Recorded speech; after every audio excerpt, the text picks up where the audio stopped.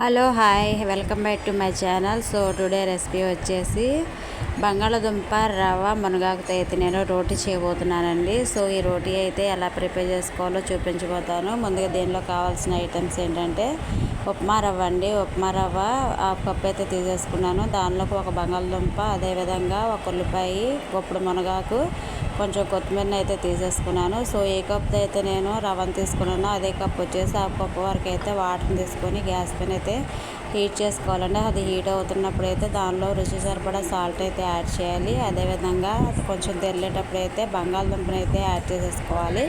బంగాళదుంప కూడా కొంచెం ఉడికిన తర్వాత అయితే మనం దాన్ని కలుపుకుంటూ కొంచెం దగ్గరగా ఉడికిన తర్వాత అయితే దానిలో వచ్చేసి రవ్వనైతే యాడ్ చేసుకోవాలండి. సో ఇదైతే కొంచెం దగ్గరగా ఉడికింది. సో దీనిలో రవ్వనైతే మనం కొంచెం కొంచెంగా యాడ్ చేసుకుంటూ ఉండలు లేకుండా అయితే కలిపేయాలండి. సో ఉండలు లేకుండా అయితే కలిపేసుకుంటూ రవ్వ మొత్తాన్ని అయితే దగ్గరగా ఉడికించుకోవాలి.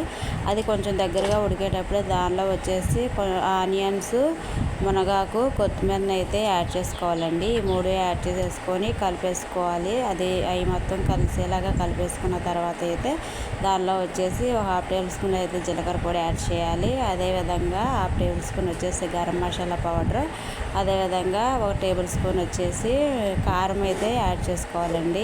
వీటిని కూడా అన్నిటిని కలిపేసేసుకొని సాల్ట్ సరిపోయిందో లేదో చూసి యాడ్ చేసుకోవాలండి. ఈ విధంగా కలిపేసుకున్న తర్వాత అయితే వీటిని కొంచెం కొంచెం ఉండలుగా తీసేసుకొని ఒక పేపర్ మీద అయితే రోటీలాగా ఒత్తుకోవాలండి. వేళ్ళతో రోటీలాగా ఒత్తుకున్న తర్వాత వాటిని వేళ్ళతో ఒత్తుకొని రోటీలా చేసుకోవాలి. రోటీలా చేసుకున్న తర్వాత మనం గ్యాస్ పైన ఒక ప్యాన్ అయితే పెట్టేసుకొని దాని మీద అయితే కొంచెం ఆయిల్ అప్లై చేసి రోటీని వేసి స్లోగా అయితే లో ఫ్లేమ్లో అయితే కాల్చేసుకోవాలి. అటు ఇటు లో ఫ్లేమ్లో పెట్టి ఆయిల్ అప్లై చేసుకుంటూ కాల్చేయాలండి.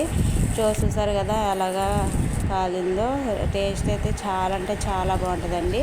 అదేవిధంగా పిండి మొత్తాన్ని అయితే మనం ఇలా రోటీలాగా కాల్ చేసుకోవాలి.